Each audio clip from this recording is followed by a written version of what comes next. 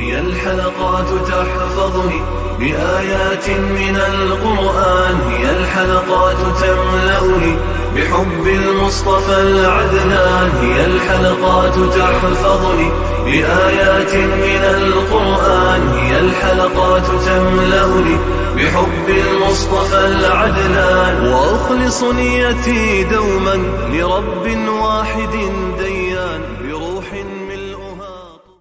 Sure Fatih tefsiri 1. ayetten başlayıp okuyumuz inşallah.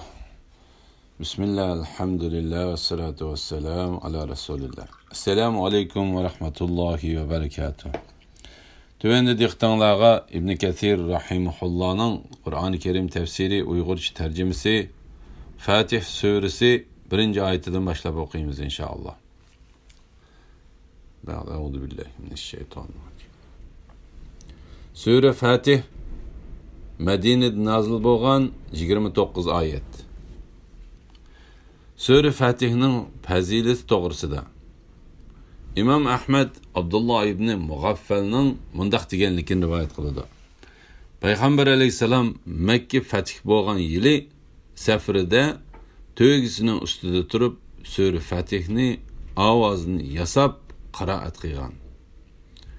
Muaviya agar kishilarning qishimizga ulishib olishini yomon ko'maydigan bo'lsam, Payg'ambar alayhisalomning ashu vaqtdagi qiroatini albatta do'rab o'qib berdim degan. Bu hadisni Buxoriy va Imom Muslim rivoyat qilgan.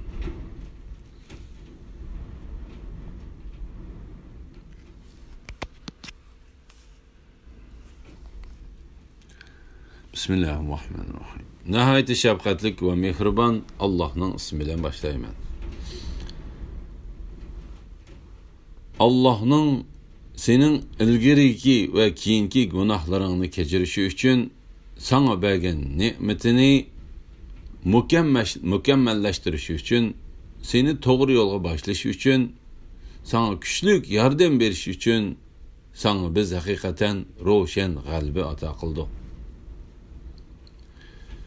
Sure Fatih'nin nazil buluş sebebi doğrusida. İslam kalenderi boyunca Hicriye'nin 6. yılı Zulqaide ayida Peygamber aleyhisselam Hudaybiye'den qaytib kelayotgan chaqda bu ulug' sure nazil bo'lgan. Shu vaqtda mushriklar Peygamber aleyhisselamni haram masjidiga kirib ömür qilishdan to'sgan. Ular uning ömür qilishiga ana shunday to'sqinlik qilgan. Ondan ular Payg'ambar alayhisalomning bu yil qaytib ketib, kelar yili kelib ömür qilishiga sulhi va to'xtam tuzishga taklif qilgan.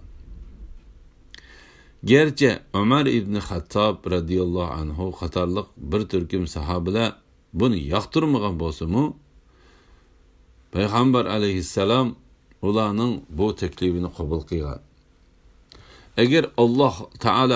Agar Allah Teala xolisa, uning tafsili ahvoli bu surening tafsiridagi o'z o'rnida bayon qilindi. Payg'ambar alayhisalom to'silgan yerda o'zi elib kelgan qurbonlikni bo'g'izlab, ondan Madinaga qaytgan chaqda Alloh Teala bu surani nazil qilgan. Bu surede Peygamber aleyhisselam bilen müşriklarning arasida bo'lib o'tgan ishlar bayon qilingan ve u sulhida musulmonlarning manfaati ve ularning keyingi g'albisi ko'z tutilganligi uchun bu sulhi fatih deb hisoblangan. Bu vaqtda İbn Mas'ud radhiyallohu anhu ve boshqalarning mundaq deganligi rivoyat qilingan. Sizlar bo'lsanglar Makkaning fatih bo'lishini fatih deb hisoblaysizlar. Biz bo'lsak Hudaybiya sulhisini haqiqiy fatih deb hisoblaymiz.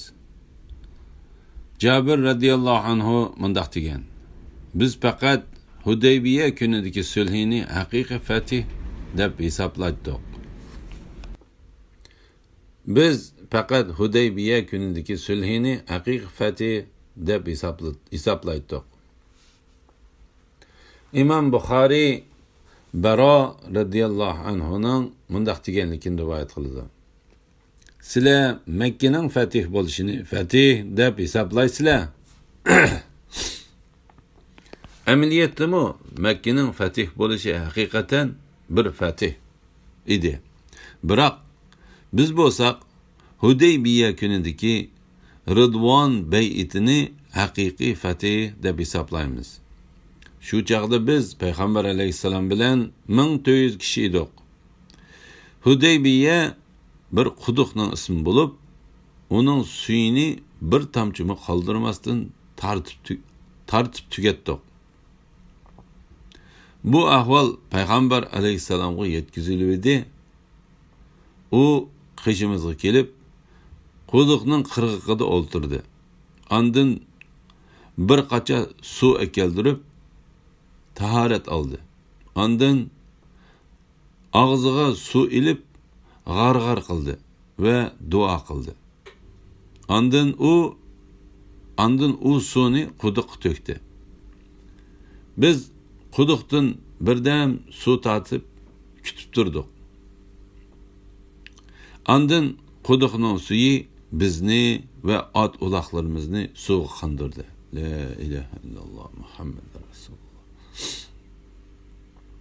İmam Ahmed Ömer ibn Hattab radiyallohu anhuning mundaq deganligini rivoyat qildi.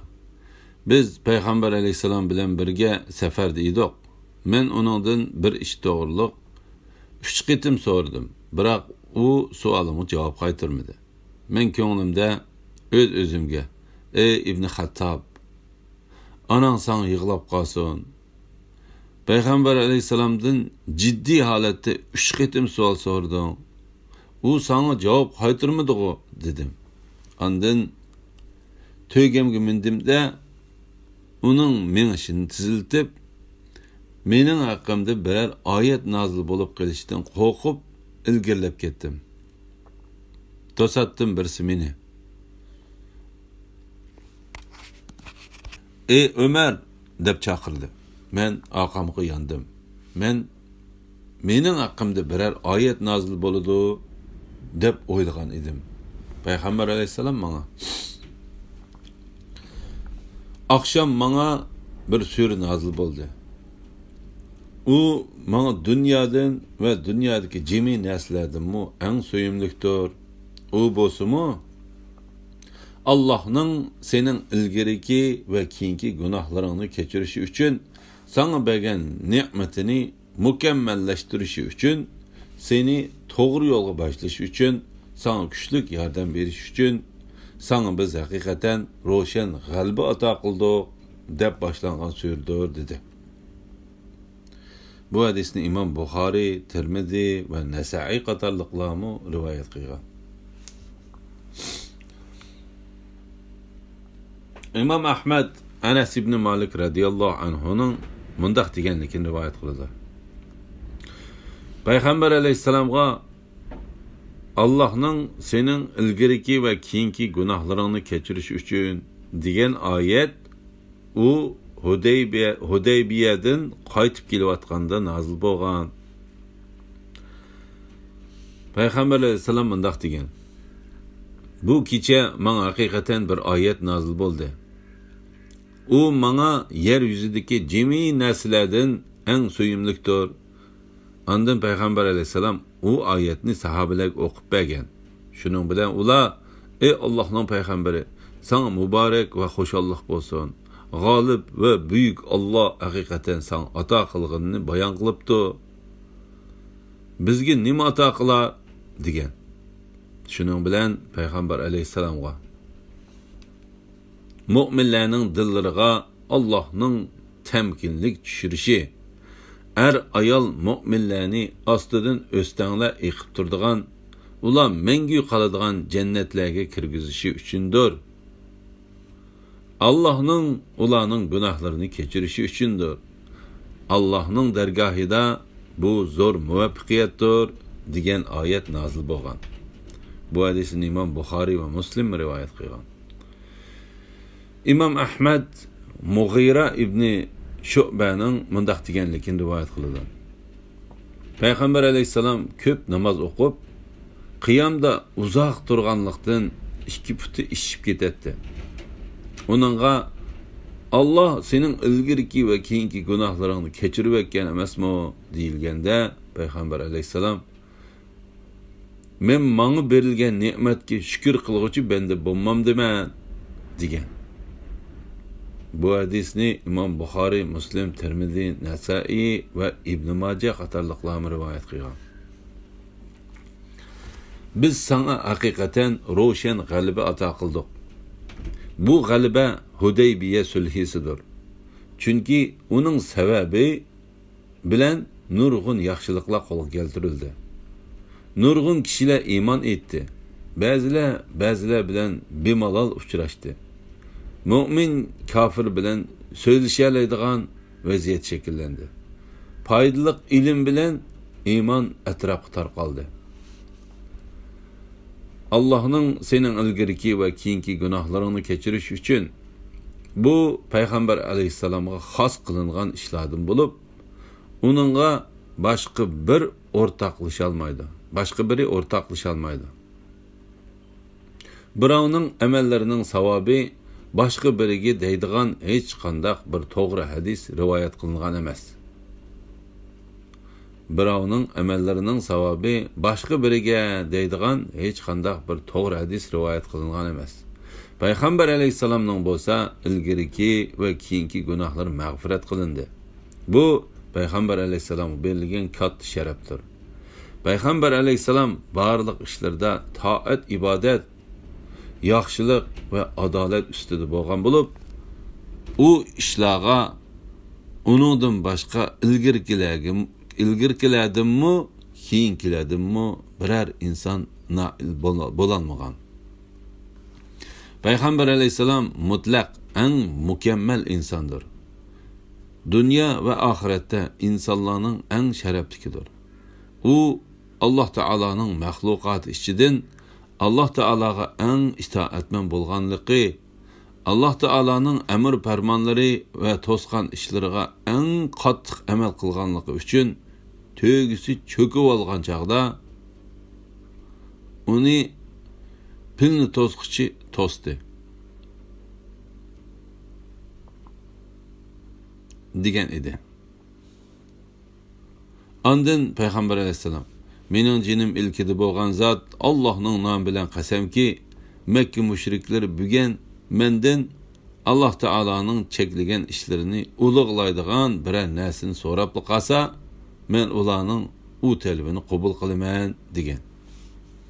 Peygamber aleyhisselam ömür qilish ishida Allah Teala'ga itoat qilganligi ve sulhi tuzishga qo'shilganligi uchun Allah Teala uningga mundaq deydi: Allah'ın senin ilgirki ve keyinki günahlarını keçirişi üçün sana bergen nimeti, dünya ve ahirette mükemmelleştirişi üçün seni doğru yolga, yani Allah sana belgilep bergen katta şeriat ve doğru dinge başlaş üçün sana güçlük yardım beriş üçün sana biz hakikaten roşen galibe ata qildik. Yani sen galip ve büyük Allah Teala'nın emrige boysunganlığın üçün Allah Teala senin dereceni yukarı kılıdı. Düşmanlarınge karşı sana yardım kılıdı. Bu ayakta İmam Müslim Peygamber aleyhisselamның mundaq degenlikini rivayet kılıdı. Birer bende apu qilish bilen tonulsa Allah Teala onu teximi aziz kılıdı. Birer adam Allah Teala'ga kemterlik bilen boysunsa Allah Teala onun derecesini yukarı kılıdı. Ömer İbni Hattab radıyallahu anhu'dan rivayet kılındı ki o mundaq degen: senin hakkında Allah Teala'ga asilik qilgan birer adamni jazalasan büyük ve yüksek Allah'a itaat qilgan halda jazalagın.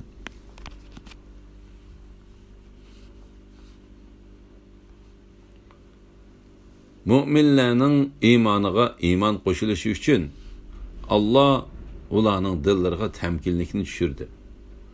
Osmonlarning ve ziminin, farishtalardan, jinlardan, hayvonlardan ve tabiat hodisalaridan bo'lgan qo'shinlari Allohningdir.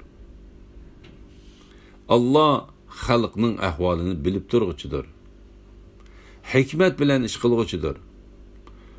Mu'minlarning dillariga Allohning temkinlik tushirishi ayol mu'minlarni ostidan o'stanglar iqib turadigan, ular mangu qoladigan jannatlarga kirgizish uchundir. Allohning ularning gunohlarini kechirishi uchundir.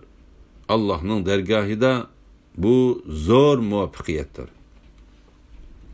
Mu'minlarning dillariga Allohning temkinlik tushirishi munofiq va munofiqalarga, mushrik va mushrikalarga azob qilish uchundir. Ular Allohga qarta Allah payg'ambarga va mu'minlarga yordam bermaydi deydigan yomon o'ylari bo'ldi. Ular mu'minlarga yasun degan halokat ularning o'zlariga yetadi. Allah ularga g'azab qildi. Ularni rahmatidan yiroq qildi. Ularga jahannamni tayyorladi. Jahannam nima degan yomon joy? Osmonlarning va zaminning qo'shinlari Allohningdir. Allah g'olibdir, hikmat bilan ish qiluvchidir. Mu'minlarning dillariga temkinlikning tushirilishi to'g'risida. Mu'minlarning iymoniga iymon qo'shilishi uchun Allah ularning dillariga temkinlikni tushirdi. Ya'ni xotirjamlikni barpo qildi. Qatada bu oyat haqida mundaq deydi. Allah Taala mu'minlarning dillariga temkinlikni tushirdi. Ular Hudaybiya kunidagi Allah Taalaga va uning payg'ambariga ovoz qo'shgan. Allah Taala va uning payg'ambarining hukmiga bo'ysungan sahaba radhiyallohu anhumlardan iboratdir. Ularning dillari Allah Taala va uning payg'ambarining hukmi bilan aram topgan ve qanoatlangandan keyin Allah Taala ularning iymoniga iymon qo'shdi. İmam Buxoriy ve başka bazı imamlar dillardaki imanның kuchaydiganligiga ve kemaydiganligiga bu oyatni dalil qilgan. Allah Taala agar o'zi xohlasa kafirlarni cho'qim jazolaydiganligini eslatib mundaq deydi. Osmonlarning ve zaminning, farishtalardan, jinlardan, hayvonlardan ve tabiat hodisalardan bo'lgan qo'shinlari Allohningdir.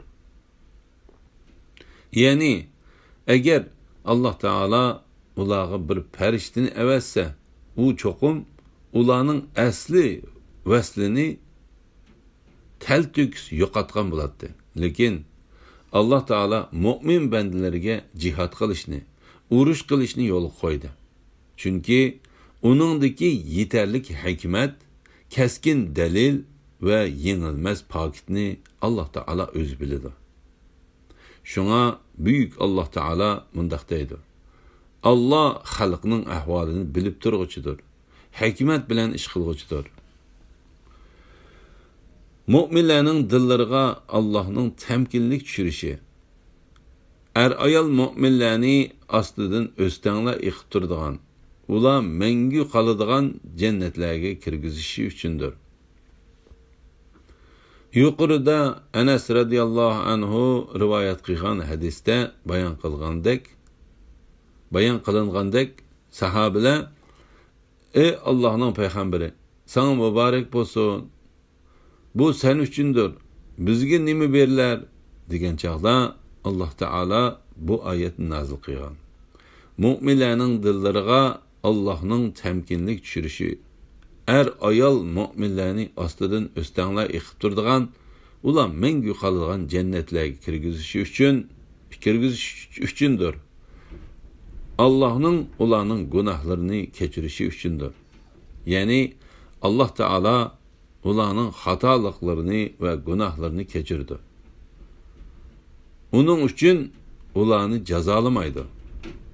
Belki afu qiladi, kechirdi, mag'firat qiladi, ayiblarni yoshirdi, marhamat qiladi ve savob beradi. Allohning dargohida bu zo'r muvaffaqiyatdir. Allah Taala bu vaqtda mundaq deydi: Kimiki devzaqdan yiroq qilingan va jannatga kirgizilgan ekan, u murodiga yetgan bo'ladi. Mu'minlarning dillariga Allohning temkinlik tushirishi munofiq va munofiqalarga, mushrik va mushrikalarga azob qilish uchundir. Ular Alloh qarta Allah payg'ambariga va mu'minlarga yordam bermaydi deydigan yomon o'yladi edi. Yomon o'yladi bo'ldi. Ya'ni ular Alloh taologa uning payg'ambariga yordam berishdan iborat hukmida bo'hton chopladi. Payg'ambar alayhissalom va uning sahobalari radhiyallohu anhumlar urushda o'ldirilib, taltux yo'qtiladi degan yomon gumonlar bo'ldi. Shunga Alloh taolo bunday deydi: ular mu'minlarga yetsin degan halokat ularning o'zlariga yetadi. Allah ularga g'azab qildi. Ularni rahmatidan yiroq qildi. Ularga jahannamni tayyorladi. Jahannam nima degan yomon joy? Alloh taolo o'zining dushmanlarini, islom dushmanlarini, kofirlarni va munofiqlarni jazolashga to'liq qudrat ekanligini ta'kidlash yuzidan mundaq deydi: osmonlarning va zaminning qo'shinlari Allohningdir. Allah g'olibdir, hikmat bilan ish qilg'uchidir. Alhamdulillah. Yuqorida Sura Fath tafsiridan 7-oyatgacha anladinglar. Oxirini keyin qitimliq o'qishimiz davomlashtiramiz inshaalloh. Va sallallohu ala Muhammad va ala alihi va sahbihi va sallam. Assalomu alaykum va rahmatullohi va barakatuh.